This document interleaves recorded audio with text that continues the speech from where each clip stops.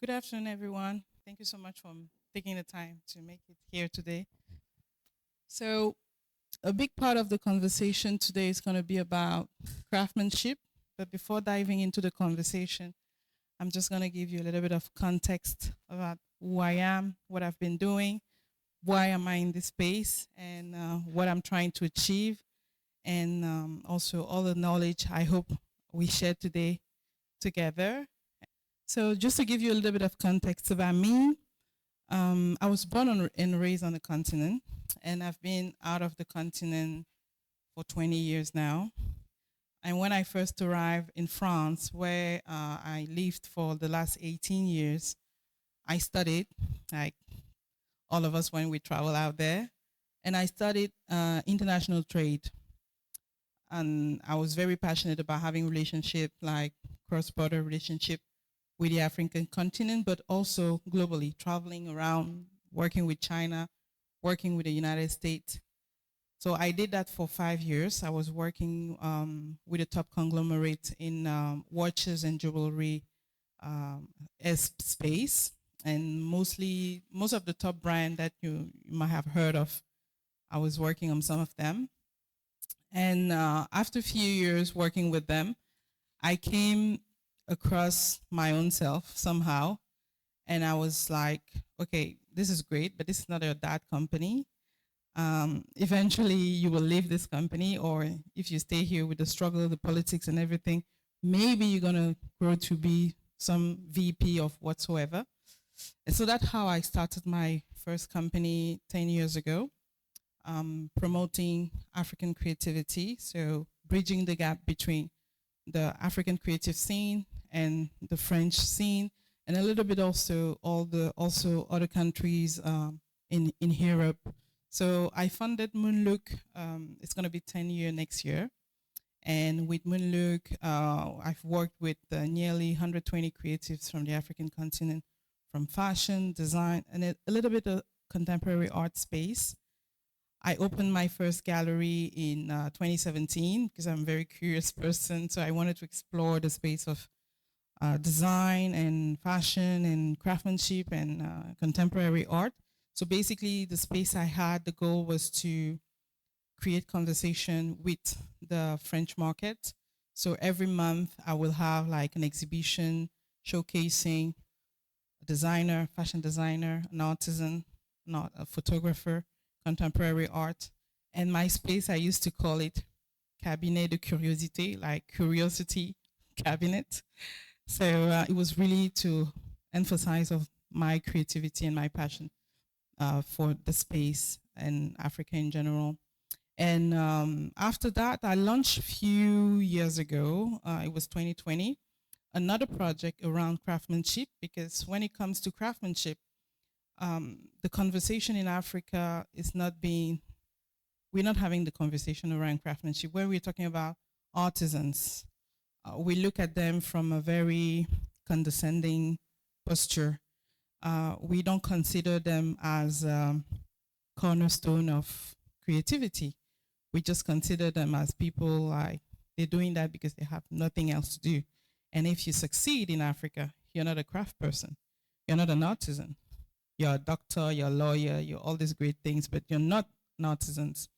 So craftsmanship is really important in my work because working with top luxury brands in the European space, I came to understand that what they're trying to do is not only selling goods, it's selling their identity, selling their vision, selling their way of living, and selling their beliefs through goods. And the way they are able to do that is to try to convince the rest of the world that what they are doing is the best in the world. So if you go to Switzerland, they will tell you they are the best watchmaker in the world. If you want to have the best watch, you certainly will have a Swiss watch. If you go to France and you want to drink champagne, you will have to go to Champagne to drink champagne. And you can't call it champagne if it's not coming from Champagne, Champagne Ardenne. If you love fashion, you love haute couture, the only place in the world where they do haute couture, because haute couture is a label. You can't use it if you're not doing things a certain way. And actually, what is haute couture?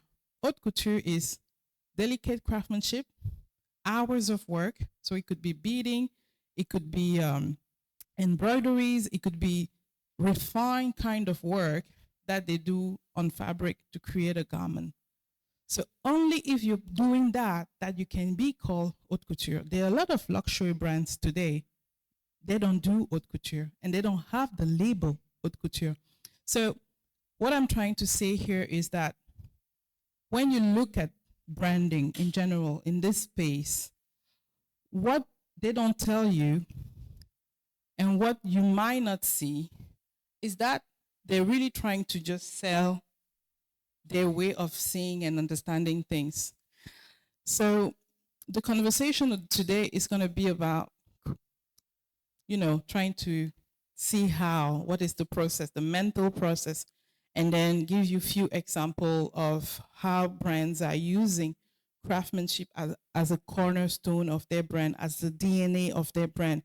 They're articulating, they work through craftsmanship to everything they're trying to do. And I believe that when it comes to Africa, we can really tap into that to elevate, because you will go to a marketplace, you will see 10 brands. They're going to tell you, oh, I do African fashion. But what does it even mean you do African fashion?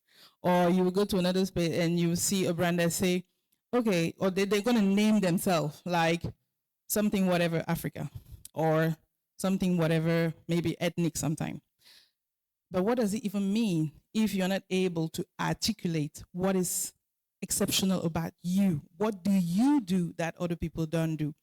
So when it comes to branding, there's really that space of everything you like, the brand that you like, the brand that you want to wear, the brand that you want to buy or you desire. Because in this space, it's not really about wanting or needing. It's really about desiring, So it's not something you need, but it's something that you want to have. How do they do that? Those memorable brands that we want. Let's say if you want a pair of shoes, you want a Jimmy shoe. Why would you want a Jimmy shoe? Because they've created something around Jimmy shoe that makes it memorable. Be it the style, be it the way he designs, he has something that is unique. And most of the time, that uniqueness is going to come through 3 areas. And these 3 areas and 3 value, you will see it in a lot of luxury brands. It's exception. So they do something in a way that nobody else does like them. So that's why it's exceptional and unique. The second thing is that they're going to create a whole area of emotion to tap into your emotion, to create an emotional link with you when you come across what they're doing. That's why you will see they will use brand ambassadors who has a certain appeal, because the memory that is needed to be imprinted in your head is not going to be about a product. It's going to be about a feeling. When you hear that name, it makes you feel a certain way. That's why to articulate that, most French brands will use Paris. They will use Versailles. They will use all those cultural elements that create those emotions and make you want to be part of the conversation. And the last thing that you will experience when you have a brand that is very well created and well designed is the experience. Let's take a memorable brand like Coca-Cola. Coca-Cola has a certain way of doing their things. That when you see an ad of Coca-Cola, you see that culture, that way, that thing that they want to imprint in your mind, and you see it through that. So most of the brands, be it luxury brands or memorable brand, will have those 3 elements. They will have an element of emotion, they will have an element of exception, and they will have an element of experience, because that's how they will imprint who they are in your mind. They will create an emotional connection with who you are and their universe. So when we say exception, what are we even talking about? I mean, if we see all of us in this room, we're carrying ourselves in different ways. So what is unique about each of us beyond our DNA is the way we carry ourselves. It's the way I wear my lipstick, maybe. It's the way I wear my shoes. So the way I do that is exceptional to me. And if I want to articulate that, what are the kind of argument or what are the kind of element that I'm going to describe to tell you that that's my way of doing it? And most of the time in the space of branding, it's really going to be about a quest of reaching something that seems attainable or impossible to attain. And most of the time, nobody can attain it. But you will push yourself to perfect it. And it's that quest of excellence. So you will hear a lot of brands that are going to tell you, we are the best at doing this. If you go around the world, you will find nobody else who does it like us. And we have created a singular signature, a very particular way, so that when you see it from afar, you recognize it. You recognize that this is her signature. And to do that, they also articulate that through brand's element.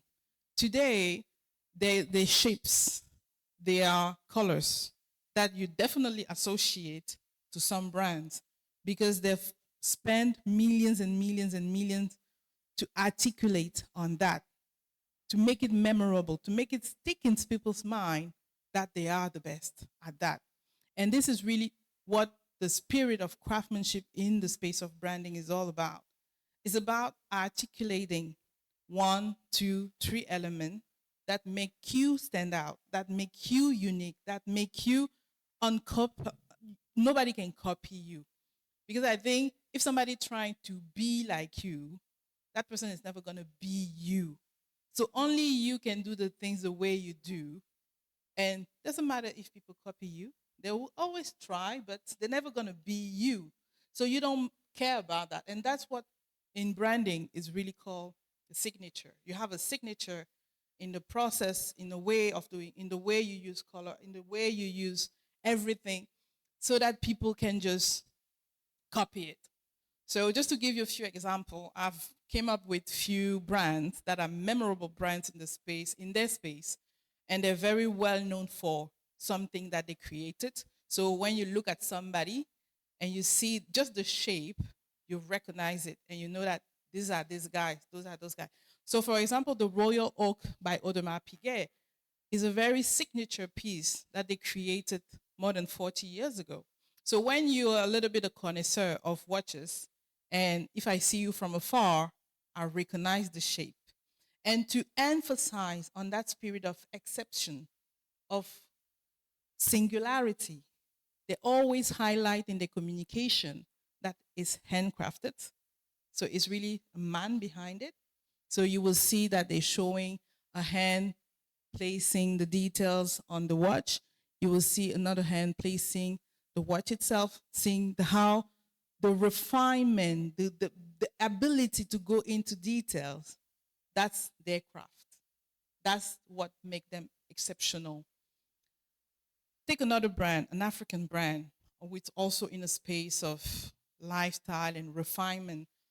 I love this brand because she's been able to show that quest of excellence. So in everything Swati Martin will do with her brand Isvara, she's going to be highlighting that quest of excellence. And she has a singular signature. And that singular signature, if I see this photo, I'm even sleeping, I will recognize it her because she has a color palette. That's really her. I haven't seen that color palette in another brand in her space. So she has even gone that far so that everything that she does, if you see her from afar, you will recognize her signature. And if somebody else trying to do the same, you will say, oh, that person is doing like that brand because she has emphasized on that singularity that she has on her eye, the way she put things together. Another brand, this brand is a South African brand, and I really wanted to highlight that quest of excellence, that quest of exceptional, that quest of bending, and I'm not using this word, bending what is normal because they want to push themselves to something. And this is really that mindset of, pushing yourself to do more than what is possible, to do more than what people can even think is possible. And that's they created this bench. Another house, an African house that work also in the space of textile with this quest of excellence, this quest of refinement, this quest of delicacy, and everything the house does is also to emphasize on a specific culture, which is the Manjak culture from the Casamance in Senegal. So when you hear Aissa Dion talk about her textile, she will never say Africa. She will never say luxury. She will say, we at Aissa Dion Atelier, we craft exceptional fabrics. We rely on the knowledge, ancient knowledge of the Manjak people who used to live in Casamance, but now moved to Senegal to do what we do. So if you're trying to do textile and do fabrics, she dares you to say the same, to say that what you're doing is as exceptional, refined, beautiful as what the Manjak people are trying to do. So this is really how you articulate that vision of why am I exceptional? Why is it what I'm doing so different from what other people are doing? So really, how do you put craftsmanship as the heartbeat of your brand? I think the really important first step is really about understanding that profound impact that craftsmanship has on the brand identity and brand perception. Because at the end of the day, if I want to tell one of my friends, oh, you should really go in that place or that place, I will use two words element to say you should really go to that place because they do this very well, or they do that very well, or the way they make you feel is very, very this. So it's always like one sentence. When you want to suggest something to somebody, it's never like a phrase or a book, it's really key element, one sentence. They are the best at. If you go to Paris, you should really go on Faubourg Saint-Honoré because Hermès, well, do I have to say? No, I don't need to say. If you go to Paris, you really go, when you're on Rue Royale, you should go to La Durée because, do I have to say it? I don't even have to say it. I can see how you're dreaming already. You're thinking everything they've built in your mind. That's the emotional connection they have been able to build in your mind with everything they do, the color palette they use, the senses that they use in their space. Every time you've been there, if you've been there once, then it imprints something memorable in your mind. And when I'm suggesting it to somebody, all that emotion like just is in your mind, it's your imagination. And when a brand has been able to touch that part of the brain, well, they have won. They have won because what can you do against them unless they have bad publicity? Somebody say, okay, they killed a child or they do some weird things, but that's what they have been able to imprint in your mind.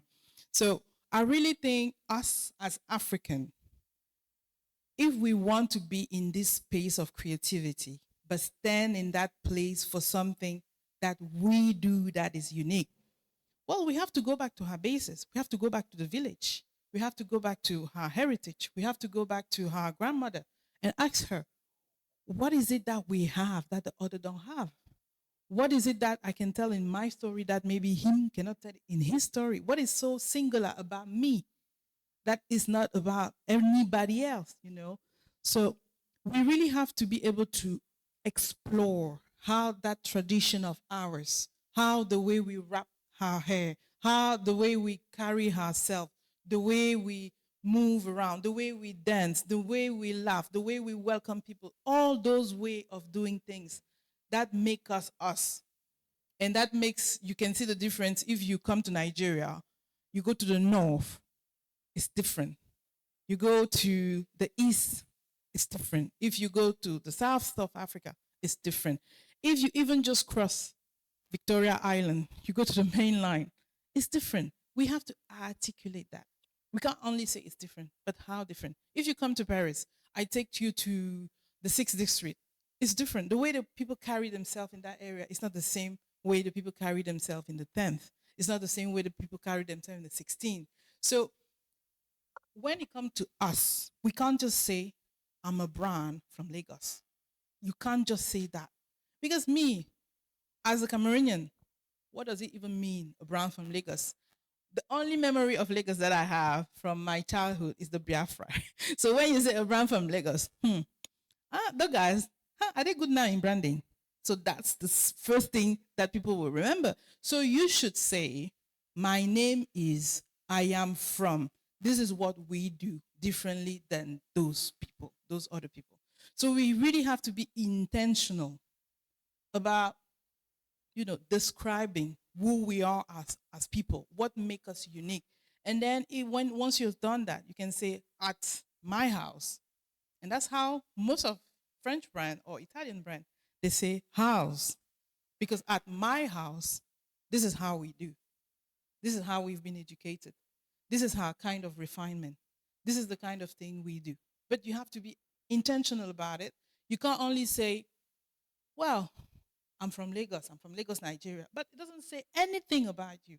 It says nothing. And if there are 10 of you doing the same thing, what makes the difference between you and him and him and him? So we have to really be intentional about those aspects of describing what we do and creating a connection with others, creating that desirability, that thing that makes us us, and only us can deliver that. The other aspect, I just wanted to highlight this brand, Laduma. He's from South Africa. He has a brand called Makosa. I don't know how they do the tongue thing, the click tongue thing, so I can't do it. But what he does very exceptionally, and wherever in the world you go, when you see a Makosa piece, you recognize it. Because what he's been able to do, he's taken the merino wool that is very common in South Africa. He took the KwaZulu-Natal and the Xhosa tradition, and he turned both into knitting in a very specific way, creating his own pattern and his own design. So if you're in New York, you see his work, you will recognize it visually because he has created something unique that only him does. And Zara copied him, and he was able to tell Zara, this is my design because this is what I created and put in on the market. And he could prove that. So that it's not only about saying it, you also have to be able to prove it. So you have to be articulate about it. So once you've done that work of going deep into yourself and finding what is exceptional about you, you have to be able to put it into context. Because when you're launching a new campaign, and let's say you say, okay, my name is whatever, I'm from Nigeria, Lagos, I was born and raised as a Yoruba, and us in a Yoruba tradition, this is what we do. Maybe for this new collection, what you're going to be doing is like wedding. So you're going to be trying to highlight how the wedding in Yoruba is, you really show that to the world so people see how you guys celebrate things. So how do you bring that into the story? How do you bring that into the brand and use the art of storytelling in brand management with a high focus on that craftsmanship? Because craftsmanship is not only what the hands do, it's also the way you do, how you create a process. That process that you create, how do you create that process?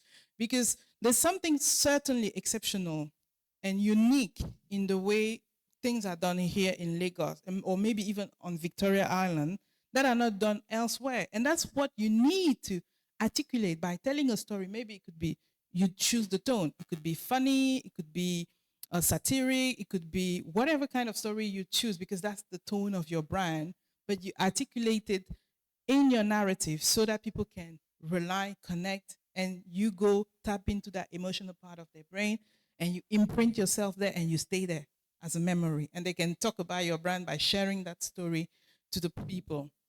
So you really, I think us as African, we have a boulevard of stories we can tell, a boulevard of way of doing things that are, if I can just sit here today, if I want to just share the experience of how weddings are done in Lagos versus maybe Abuja, maybe versus Ibadan, maybe versus Douala, maybe versus Cape Town. There's so many different ways. And even in my personal tribe, the Bamileke, the way we do the wedding, what is the process? What is the ritual? How does it start? How do you entertain the people during the wedding? Wedding in the Bamileke is really fun because it's like a game. The mother plays. Oh, do you want my child? Do you want the first one? Are you sure you want the first one? She's very expensive. Oh. So it's a game. So if I start telling how we get married, then you're just into it. And maybe you want to come to Cameroon with me. So next time when somebody's getting married, you can experience that experience, you see? Emotion, experience, exception. Always. So another example of how do you use that. Last year, if you guys are in the space of creativity, fashion, whatever, you certainly saw that Chanel, this beautiful French brand, went to Senegal. And when they went to Senegal, they didn't just go to Senegal because they are all about craftsmanship. Their whole house is about craftsmanship. They created a conversation. So there's a website you can go on. It's like Le 19M. So Le 19M is really about craftsmanship at Chanel. And if you have your little booklets that you were given when you came in, you have a video in it, so you can scan it and watch it later. When you dig into that series of content that they created when they were in Senegal, they found one point of connection with the Senegalese culture, which is craftsmanship. So the whole campaign was around craftsmanship and creativity. So they connected to people in Senegal who do things, and they created a whole exhibition around it. Because the one point of connection, the one point of cultural connection was the craftsmanship of those people. So now when you come to the global area, global space, they're African, they're Indian, they're Americans, they're European. How do you do that? How do you articulate that us in Africa, you used to see war, you used to see people hungry, you used to see poverty. Now has changed.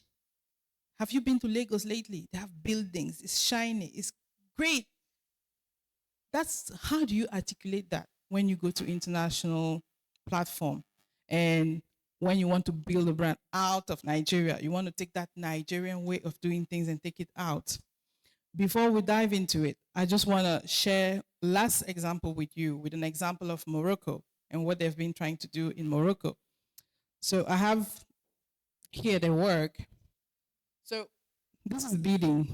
We have it here in Africa as well, like in Lagos as well, Nigeria. I think the Yoruba, they do a lot of beading as well. So the Moroccan, they also do that. So this brand is a babouche brand.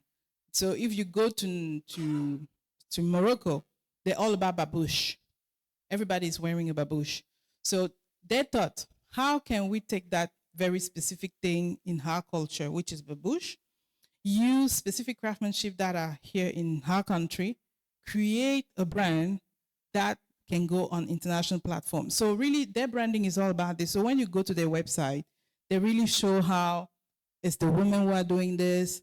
They show the dyeing, how they're using natural ingredient. They show the beading. And they are able to produce a pair of sandals that they can sell at $300. And they're selling. So if you go here to the market, they're going to say, hey, I can do the same. But it's not about doing the same. How different are you doing it? It's not only about doing a babouche with pearls. No, that's not what you're selling. And to go deeper into that, what they're doing is like, Morocco, they have all this kaftan. And you see most of the time the kaftan, they're using satin. So they went deep into, they created a range with satin, like It shows the detail of the I don't know how you call it in English, but when you wear your kaftan, you can adjust it with something. So they're using that here, and in this collection, they're saying that they say we took the detail that you see on the kaftan to infuse it into her collection, and that's it. They still have a story to tell. So if you want, you can go, you can copy it. It's fine. They don't care.